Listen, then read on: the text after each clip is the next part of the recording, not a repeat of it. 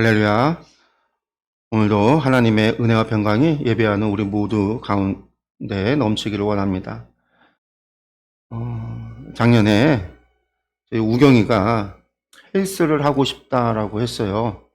근데 뭐 학기 중에 공부도 해야 하고 학원도 다녀야 하니까 방학 중에 이제 아빠랑 같이 다니자라고 약속을 했습니다. 방학을 하고 제가 이래저래 뭐 사경에다 뭐 바빠서 못하다가 지난주 월요일부터 우경이랑 헬스를 끊고 운동을 시작을 했어요. 이제 운동한 지 일주일이 됐습니다. 다행히 작심 3일이 되지 않고 일주일 동안 한 번도 빠지지 않고 운동을 하고 있습니다. 그리 심하게 운동을 하지 않고 있는데도요, 오래도록 운동을 하지 않아서 그런지 막상 운동을 하니까 쉽지가 않아요. 자세도 영 나오질 않고요.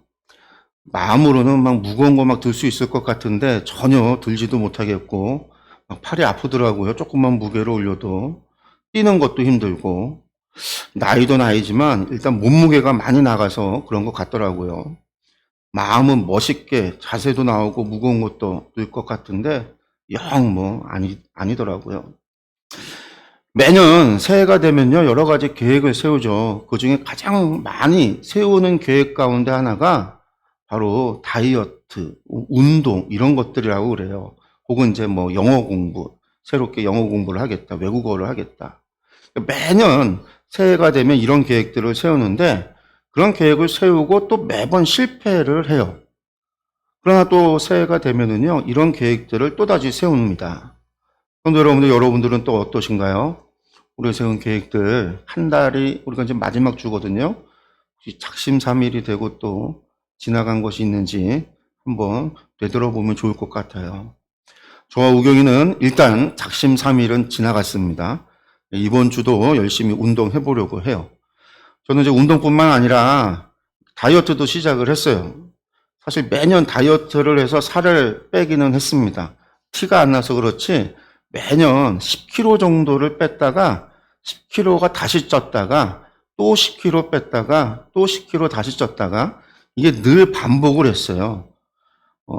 그런데 이번에는 좀 많이 좀 빼보려고 매번 10kg까지는 뺐는데 이번에는 좀 그 이상을 좀 빼보려고 운동도 하고 다이어트 약도 먹고 또 음식도 조절을 하고 있습니다.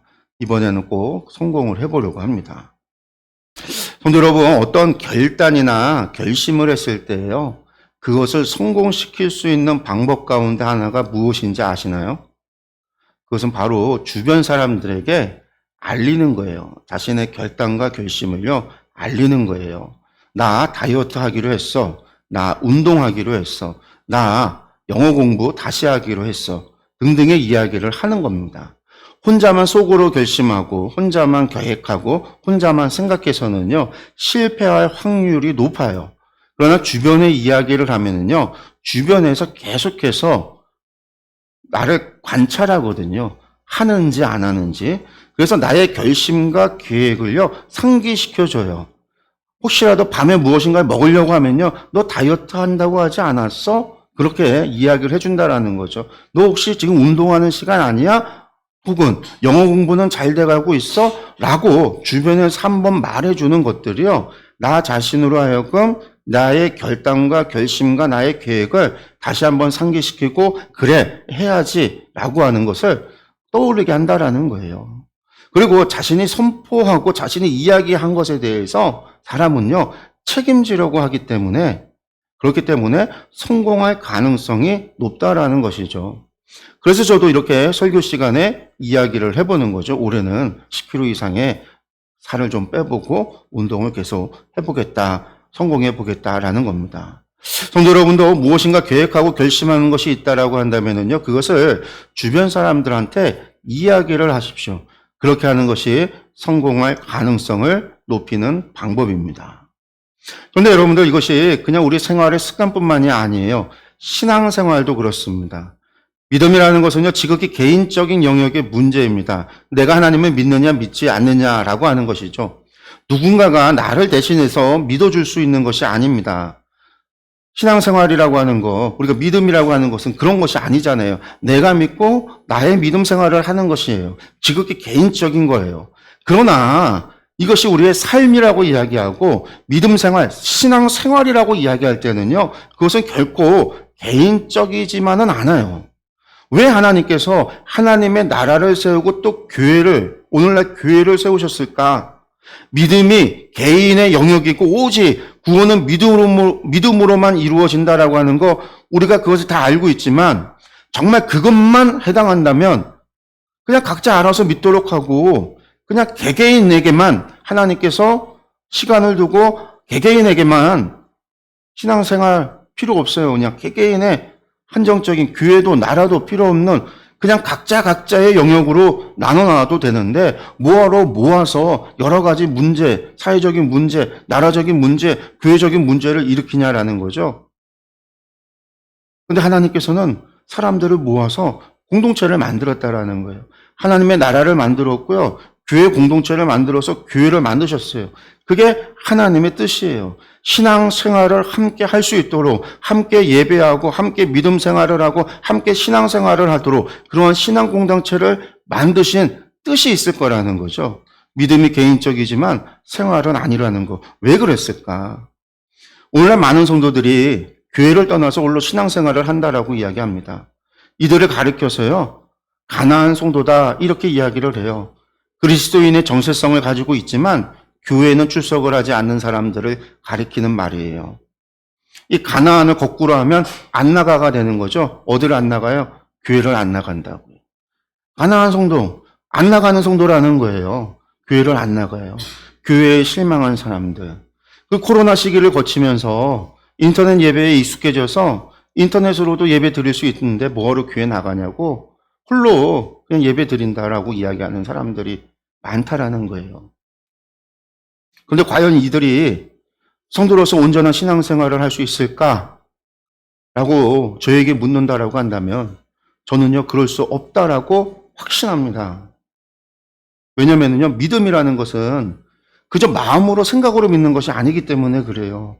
믿음은 반드시 삶의 행함으로 나타나야 하는데 이러한 행함은 그냥 되는 것이 아닙니다. 여러분들 치열한 우리는 내적 갈등 속에서 이루어지는 거예요. 여러분들도 한번 생각해 보세요. 여러분들이 하나님의 말씀에 순종하려고 할 때 얼마나 많은 내적 갈등이 있나요? 내가 성경책을 한번 봐야지 하는 생각이 들 때도요. 핸드폰 더 해야지, 유튜브 조금만 더 봐야지 이러한 갈등이 얼마나 있어요. 기도를 해야지라고 할 때 기도를 하지 못하게 하는 수많은 내적인 갈등이 유혹들이 우리 가운데 있잖아요. 이러한 내적 갈등에 사람은요 실패할 수밖에 없습니다. 왜냐하면 인간은 본래가 죄인이기 때문에 우리에게는 죄성이 있기 때문에 그래요. 그러나 함께 신앙 공동체를 이루면 내가 하기 싫어도 옆에 누군가에 의해서 해야만 되는 거예요. 주변에 누군가에 의해서 등 떠밀려서라도 하게 되는 거예요. 부모님의 손에 붙잡혀서 교회에 올 수밖에 없는 거예요. 우리 어린 시호가 엄마 아빠 손에 붙잡혀서 교회에 오듯이 신앙생활을 하게 되는 거예요. 뿐만 아니라 우리가 얻게 되는 집사, 권사, 장로와 같은 직분들이 우리로 하여금 하나님의 말씀대로 살아가는 데 있어서 내적 갈등을 이겨낼 수 있는 약간의 도움이 되는 힘이 된다라는 거예요. 집사라고 하는 호칭이, 권사라는 호칭이, 장로라는 호칭이, 장로가 그럴 수 있어? 권사가 그럴 수 있어? 집사가 그럴 수 있어? 목사가 그럴 수 있어? 그렇습니다. 혼자는요, 이 신앙의 길을요, 끝까지 완주할 수 없습니다. 그러나 신앙의 공동체가 함께하면 끝까지 갈 수 있어요. 함께하는 이들이 있으면 서로 도와주고, 끌어주고, 밀어주고, 위로해주고, 응원해주고, 중보해주면서 갈 수 있는 거예요. 그래서 신앙의 공동체가 필요한 겁니다. 그래서 하나님의 나라가 필요한 거고요. 오늘날 교회가 필요한 겁니다. 또한 순종이라고 하는 것은요, 훈련이 필요해요. 성도 여러분, 순종은 그냥 되는 것이 아닙니다. 믿음만 있으면 순종이 되는 것도 아닙니다. 뭐 크게 큰 범주로서 전도를 한다, 주의를 성수한다, 이런 것들에 대해서는요, 뭐 알 수 있어요. 이런 건 순종해야지 다 아는 거잖아요. 그러나 순종이라고 하는 것은 그리 단순하지 않습니다. 여러분들 우리는 믿음이 없지 않습니다. 그러나 순종은 안 돼요. 왜 그렇죠? 우리가 믿음이 없어서 순종을 못하는 게 아니에요. 무엇에 대하여 순종할 줄 몰라서 무엇을 순종해야 되는지 어떻게 순종해야 되는지 그걸 몰라서 순종을 못하는 거지 믿음이 없어서 순종을 못하는 게 아니에요. 근데 우리는 자꾸만 믿음이 없어서 순종을 못한다고 배워왔어요. 믿음이 없어서 순종을 못한다라고 들어왔어요. 그게 잘못된 거예요. 교회 성도들이 믿음이 없어서 순종 못하는 게 아니에요. 교회 목회자들의 교회가 어떤 순종을 해야 되는지를 가르치질 않았어요. 그냥 크게 전도해야 되고 주일 성수해야 되고 교회 봉사해야 되고 헌금해야 되고 이런 것들만 가르쳤지 정작 하나님의 말씀을 자신의 삶에 적용해서 녹아들여서 어떻게 말씀대로 살아갈 것인가에 대한 이런 것들에 대해서 알려주지 않았기 때문에 모르는 거예요. 모르니까 순종이 안 되는 거예요. 그리고 그런 순종은 훈련을 통해서 이루어지는 거예요.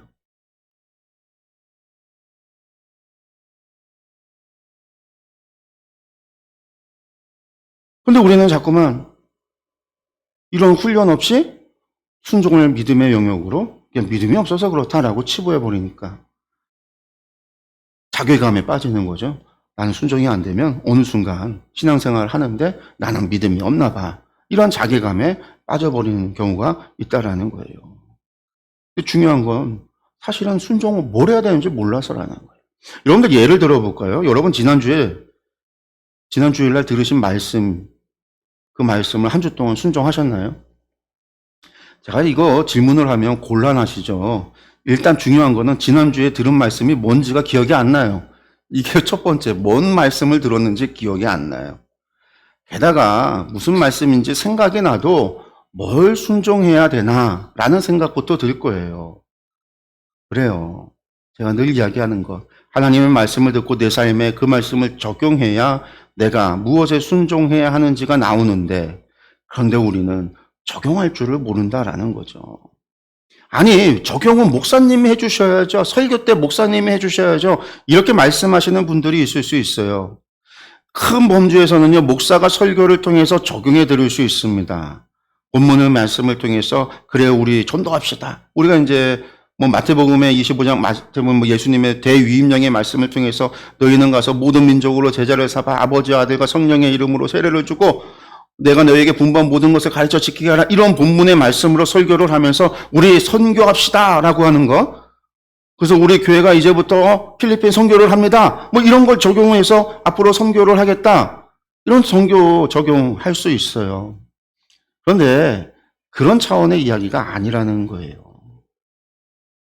우리가 영과 진리로 하나님을 예배해야 합니다.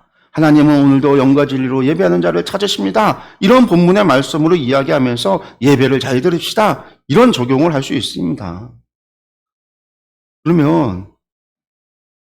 그런데 이런 이야기를 하는 게 아니에요. 이런 말씀을 성도님들이 들으시고요. 각자의 상황과 환경에 맞춰서 어떻게 그 말씀을 나의 상황 속에 나의 환경에 적용할 것인지는 스스로 해야 하는 거예요. 나는 어떻게 예배를 드릴 것인가? 나는 어떻게 선교에 동참할 것인가? 나는 어떻게 전도를 할 것인가? 나는 어떻게 이웃 사랑을 할 것인가? 나는 어떻게 하나님의 말씀대로 살아갈 것인가? 라고 하는 것들이요. 이런 것들은 나의 상황 속에 적용하기 위한 순종의 훈련이 필요한 거예요. 적용하는 방법을 반복적으로 훈련해야 되는 거예요. 그리고 실제로 순종을 했는지 안 했는지도 점검해 봐야 돼요. 이러한 훈련은요, 홀로 받을 수도 있겠지만, 그래서 1대1로도 받을 수 있겠지만, 공동체가 함께 받을 때 또 강력한 파워를 내요. 왜 그러냐? 무게감이 달라지죠. 사람들 앞에서 나는 이번 주에 주의 말씀을 듣고 나는 그 말씀대로 말씀을 듣고 그 말씀 중에서 나는 이런 삶을 살겠습니다라고 사람들 앞에서 결단하고 결심하고 선포했을 때 그 말의 무게감은요 다르잖아요. 혼자 얘기하고 회중 앞에 성도들 앞에서 내가 공개적으로 이야기했을 때 책임감이 다르다라는 거예요. 그러면요, 그 사람은 그 말을 지키기 위해서 또 그 회중의 모든 사람들은요, 이 사람이 그것을 지키는지 안 지키는지 감시자가 되기도 하고요, 도와주는 사람이 되기도 하고요, 중보자가 되기도 하는 거예요. 그래서 홀로 가는 게 아니라 공동체가 함께 가는 거죠. 여러분들, 우리가 말씀에 은혜를 받을 때 우리 안에서 어떤 일이 일어나냐면요, 마음에 결단과 결심이 일어나요. 은혜를 받으면 결단이 일어나요. 즉 말씀대로 살아가야지라고 하는 그러한 결단이 일어나요. 순종하려고 하는 노력을 하게 되는데, 그러한 결단과 결심이 일어나는 순간이 말씀을 자신에게 적용하기 때문에 일어나는 거예요. 나한테 왜 은혜가 되냐면요, 그 말씀이 순간 나에게 와서 내 삶에 부딪히고 나에게 와서 적용이 되기 때문에 은혜가 되고, 나도 그렇게 살아가야지, 나도 그렇게 할 수 있지, 나도 그렇게 해야 되겠다라고 하는 결단이 일어나기 때문이에요. 그런데 그것이 유지가 되기도 하고 혹은 실패도 해요. 근데 그것을, 내가 받은 그 은혜를, 그래서 나도 그런 생각을 갖고 나도 그렇게 살아가야지라고 하는 것을 사람들 앞에 선포한다면 어떻게 될까요? 좀 더 노력하겠죠. 실패할 확률을 줄일 수 있는 거예요. 좀 더 애쓸 수밖에 없어요. 도중에 포기하려고 하는 생각이 들 때 그 이야기를 들었던 주변 사람들이 힘을 북돋아 줄 수도 있고요, 함께 계속 기도해 줄 수도 있어요. 그렇습니다. 실제로 이러한 일이 초대교회에서 일어나요. 초대교회는요, 모임마다 그들이 모였을 때마다 그렇게 살겠다라고 자신들의 결단을 선포하고요, 자신의 잘못을 고백하고요, 자신의 결심들을 이야기했어요. 그러한 일들이 초대교회 안에서 일어난 거예요. 그래서 초대교회에는요, 많은 간증의 시간들이 있었어요. 모임 때마다 저마다의 간증들이 있었어요. 저마다의 고백들이 있었어요. 그것이 초대교회 부흥에 큰 힘이 된 거예요. 우리 감리교가 처음 시작될 때에도 마찬가지입니다. 감리교 부흥 운동의 특징 가운데 하나가 전에 없었던 속회라고 하는 소그룹 모임이에요. 뭐 소그룹이라고 하는 게 지금은 셀이나 속회나 뭐 여러 가지들 구역회 이름들은 많이 바뀌었지만, 처음으로 속회라고 하는 걸 만든 게 감리교회가 시작이 된 거예요. 이 웨슬리 목사님이 이 속회 모임을 갖도록 했을 때 이 속회 모임에서 중요한 게 뭐였냐면 직고라고 하는 거였어요. 직고가 뭐냐면 묻는 거예요. 지난주 말씀대로 어떻게 사셨는지를 사람들 앞에서. 그래서 한 주간 어떻게 신앙생활을 했는지를 물어보고요, 말씀대로 살지 못했으면 책망하기도 했고요, 말씀대로 살았을 때 칭찬하고 격려하기도 했고요, 실패했을 때 책망만 한 게 아니라 격려하고 또 위에서 기도해주고, 성도들이 모일 때마다 또 말씀대로 살 것을 그들이 선포하고 간증하고 결단하고 결심하면서, 그렇게 사람들이 공개적으로 서로가 이야기하고 그것을 지키기 위해서 애쓰고 노력할 때 영국을 변화시키는 감리교 부흥운동이 일어나게 됐던 겁니다. 그렇습니다. 사람들 앞에서 공개적인 선포라고 하는 것은요, 그 일에 대한 의지를 나타내는 것과 함께 책임을 요구하게 돼요. 그리고 이러한 책임은 공동체가 함께 지게 되죠. 그게 교회 공동체의 특징이에요. 서로가 서로를 도와가며 결단한 것을 지킬 수 있도록, 결심한 것을 이루어 갈 수 있도록 도와가는 것. 그렇기 때문에 교회를 가리켜서 그냥 공동체가 아니잖아요. 그리스도의 몸된 지체라는 거예요. 그것이 신앙 공동체라는 거죠. 그것이 바로 몸으로 비유되는 우리 교회입니다. 여러분, 오늘 본문의 말씀 보면은요, 세겜 땅에서 행할 선포에 관한 말씀이에요. 선포. 왜 하나님이 이런 선포를 하게 했을까라는 거죠. 지난주에 하나님께서 세겜에 기념비를 세워서 하나님께서 명하신 모든 율법을 그 기념비에 새겨 넣어라 라고 말씀하셨어요. 거기에 기록하라 라고 말씀하셨어요. 그래서 그걸 기억하라라는 거였죠. 기억할 뿐만 아니라 오늘은요, 거기에서 이어져서 그것을 선포하라라는 거예요. 먼저 11절에서 13절의 말씀을 한번 보면은요, 모세가 그날 백성에게 명령하여 이르되 너희가 요단을 건넌 후에 시므온과 레위와 유다와 이사갈과 요셉과 베냐민은 백성을 축복하기 위하여 그리심산에 서고 루벤과 갓과 아셀과 스브론과 단과 납달리는 저주하기 위하여 에발산에 서고 그날 백성에게 모세가 명령하여 이르되 바로 기념비를 세우라고 했던 거에서 이어지는 말씀이거든요. 어디에서 하냐? 세겜이에요. 요단강 건너서 바로 세겜이 아니잖아요. 건너면 길갈이고 길갈에서 여리고를 정복해야 되고 여리고 정복하면 올라가서 베델을 정복해야 되고 베델을 정복하면은요.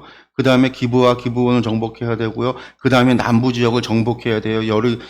예루살렘과 그 다음에 헤브론을 정복해야 돼요. 그 다음에 위로 올라가서 중부산지를 정복을 해서 올라가야 세겜이라고 하는 도시가 나오는 거예요. 바로 이루어지는 게 아니라 많은 전쟁을 하고 나서 세겜에 도착했을 때 그 세겜이라고 하는 도시에는 두 개의 산이 마주하고 있는데 하나가 에발산이요, 하나가 그리심산이라 이렇게 말씀을 했어요. 제가 우리 충주에 보면 이쪽에 계명산이 있고 이쪽에 남산, 금봉산이라고 하는 남산이 있잖아요. 계명산과 남산이 있는 것처럼 에발산과 그리심산이 이렇게 있어요.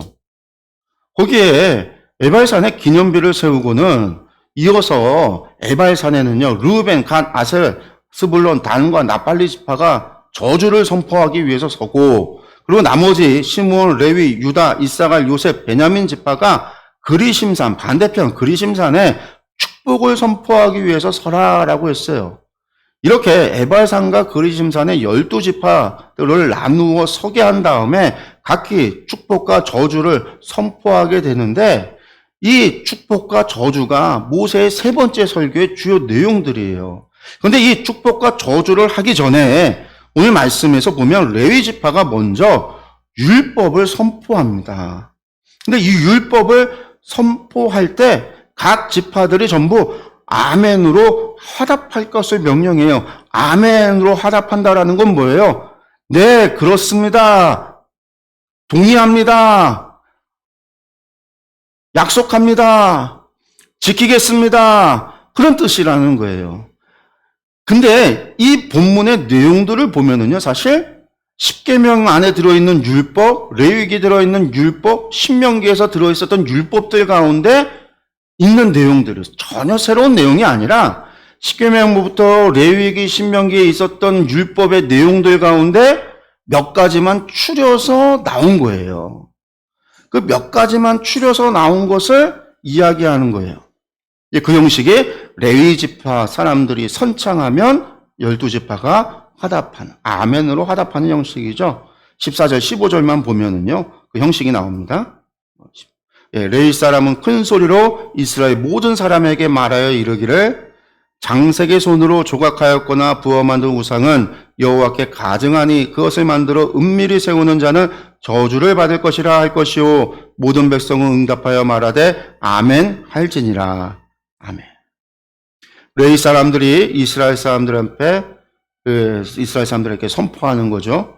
그 내용이 15절을 보니까 장색의 손으로 조각하였거나 부어 만든 우상은 여호와께 가증하니 그것을 만들어 은밀히 세우는 자 저주받을 것이다. 이런 이야기예요. 이것을 선포하라는 거죠. 그 내용은 뭐예요? 율법의 말씀이에요. 10계명으로 치면 제2계명에 해당되는 말씀입니다. 또 신명기에서도 여러 번에 걸쳐서 말씀하셨던 말씀이죠. 우상 숭배에 관한 것, 경고의 말씀입니다. 그것을 지키지 않으면 저주를 받을 것이다. 율법의 내용입니다. 지금까지 수없이 하셨던 말씀이에요. 하나님의 약속의 말씀, 율법의 말씀. 그것에 대해서 모든 백성은 아멘이라고 대답해야 된다. 네, 그렇습니다. 라고 얘기해야 된다. 네, 약속하겠습니다. 네, 맹세합니다. 이렇게 해야 된다라는 거예요. 이러한 선포와 맹세가 15절에서 25절까지 이어지는데 그것이 전부 다 율법의 내용이라는 거죠.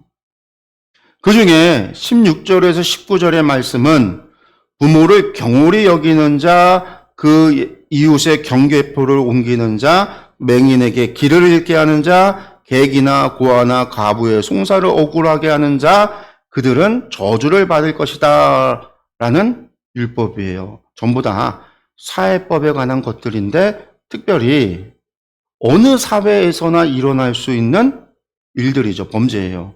특별히 애굽에서나 가나안에서나 그런 지역, 이방 지역에서만 나타나는 죄가 아니라 유대 사회 안에서도 어떤 고대 사회 어디에서나 일어날 수 있는 사회적 약자들에게 행해질 수 있는 그런 사회적 불의와 억압에 관한 죄들이 16절에서 19절의 죄예요. 그러니까 노인들, 맹인들, 객과 고아, 과부 전부 다 사회적 약자들이잖아요.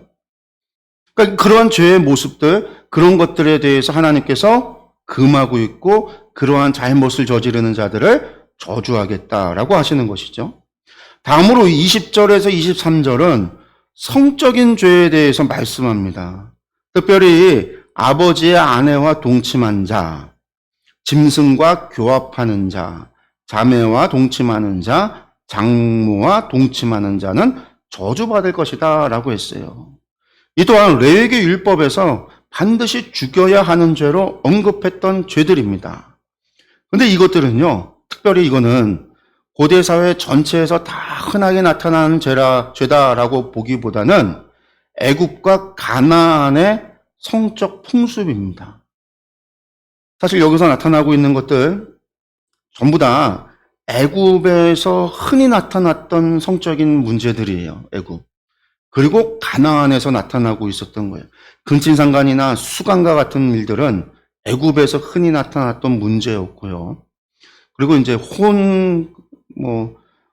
근친상간뿐만 아니라 이런 문제들은 가나안에서 많이 일어났던 죄의 모습입니다. 가나안 같은 경우는 바알 숭배, 아세라 숭배로 인해서 일어났던 성적인 문제였고, 그런 죄들이 애굽과 가나안의 성적 풍습인데, 하나님께서는 그러한 종교와 성적 풍습, 음란함과 풍기문란 이런 것들을 따르는 자들은 반드시 저주하겠다라고 말씀하고 있는 겁니다. 그리고 이제 24절하고 25절에는 이웃을 암살하는 자, 무죄하는 자를 죽이려고 뇌물 받는 자, 그런 사람들은 저주하겠다. 죽이려고 하는 자나 또 뇌물, 돈 받고 죽이는 자나 다 저주하겠다라는 거죠. 결국 살인하지 말라는 율법의 선포와도 같은 이야기입니다. 그리고 이러한 것들을 다 선포하고 난 다음에 마지막으로 26절에 무엇이라고 말씀하시냐? 26절 말씀 보면은요. 이 율법의 말씀을 실행하지 아니하는 자는 저주를 받을 것이라 할 것이요 모든 백성은 아멘 할지니라. 예. 이 모든 율법을 지키지 않으면 다 저주받는다. 그런데 여러분, 이러한 율법을 선포하게 하신 이유는 도대체 그러면 무엇일까요? 그런데 모든 백성들이 이러한 선포를 듣고 아멘, 네, 맹세합니다. 네, 약속합니다. 네, 지키겠습니다. 네, 그렇습니다. 그렇게 하겠습니다. 네, 동의합니다. 이렇게 하신 일은요, 이 일을 반드시 지켜야 한다라고 하는 하나님의 강력한 의지와 함께 이것에 대해서 연대 책임을 져야 된다라는 의미도 있는 거예요. 너희 모두가 다 지켜야 되고 너희 모두가 이것에 대해서 책임을 져야 되고 누구도 그것을 지키지 않으려고 하는 사람들이 나타나면 너희가 책임을 지고 그것에 대해서 막아야 되고 공동 책임을 져. 그런 의미가 있다라는 거예요.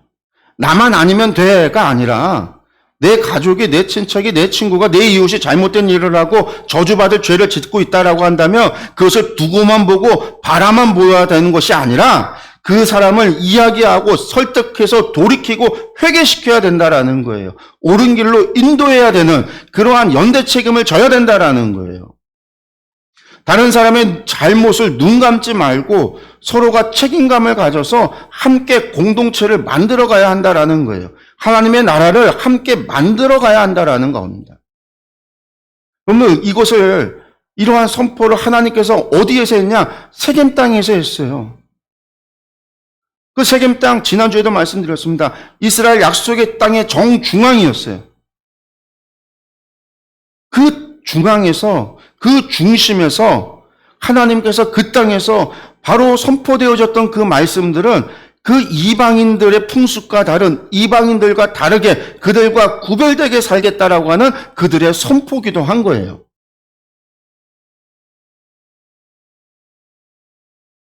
이들의 선포가 소문이 났지 않겠어요? 이방인들 가운데 이들의 선포가 소문이 났다라고 한다면 이들은요, 자신들의 선포를 따라서 신 앞에, 자신들이 믿는 신 앞에 했던 선포를 지키기 위한 책임을 져야 되잖아요. 하나님은요, 그들이 선포하고 화답한 것을 통해서 책임지길 원하는 거죠. 하나님의 나라를 이루어가는 너희가 그 모든 일에 있어서 함께 이루어가기를 하나님은 원하신다라는 거예요.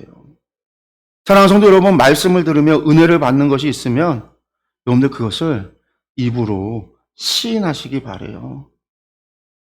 사람들한테 이야기하시기 바래요. 말씀을 들을 때 감동이 오는 것이 있어서 여러분들 가운데 결단이 서는 것이 있다라고 한다면 여러분들 그것을 여러분들 가슴에 품고만 있지 마시고요. 그것을 누군가에게 이야기해 주시기 바래요. 그리고 그것에 대해서 도와달라고 응원해달라고 이야기하세요. 그렇게 하는 것이 우리가 하나님의 말씀대로 살아가는 방법이에요. 그것이 우리가 하나님께 받은 말씀에 반응하며 순종할 수 있는 방법입니다. 올 한 해를 시작하면서 내가 성경 일독 결심을 하셨다라고 한다면 혼자보다는 주변에 같이 할 사람을 두세요. 그것을 이야기해서 함께 하자라고 그런 사람을 옆에 두세요. 그래서 함께 하면 함께 읽으면 할 수 있어요. 혼자 하면 실패할 수 있지만 함께 하면 성공할 수 있어요. 매일 기도하는 것도 혼자 하는 실패할 수 있지만 함께 하는 사람이 있으면요. 시간을 정해서 함께 기도하는 사람이 있으면 성공할 수 있어요. 운동하는 것도 그렇죠. 함께 하면 할 수 있다라는 거예요. 다이어트도 함께 하면 할 수 있습니다. 신앙생활도요. 함께 하면 할 수 있어요. 나 혼자는요. 힘들지만 함께 하는 사람이 있으면 된다라는 거예요. 그런데 함께 할 수 있는 사람을 어떻게 찾아요? 내가 먼저 이야기할 때요. 먼저 말할 때요. 나의 결심과 결단을 이야기하고 풀어놓고 함께 하자고 이야기하는 거예요. 우리의 말씀의 순종도 마찬가지입니다. 나는 이렇게 살아가기를 원한다라고 하는 것을 이야기하고 그것에 대해서 함께 하기를 원합니다. 오늘 여러분 올 한 해 함께 말씀에 순종하며 믿음이 성장하는 그런 우리 2024년 만들어가기를 간절히 소원합니다. 여러분들의 마음에 결단과 결심이 있을 때에 여러분들이 1년 동안에 주의 말씀 가운데 은혜가 되고 또 그 가운데 결심이 되는 것들이 있을 때 여러분들 그런 것들을 이야기하세요. 그것을 통해서 여러분들의 결심을 지켜나가고 그것을 이루어질 수 있도록 도움을 받고 또 응원 받을 수 있도록 그렇게 하길 원합니다. 그렇게 우리가 함께 교회를 신앙공동체를 만들어 갔으면 좋겠습니다. 우리 함께 이 시간에 기도하겠습니다.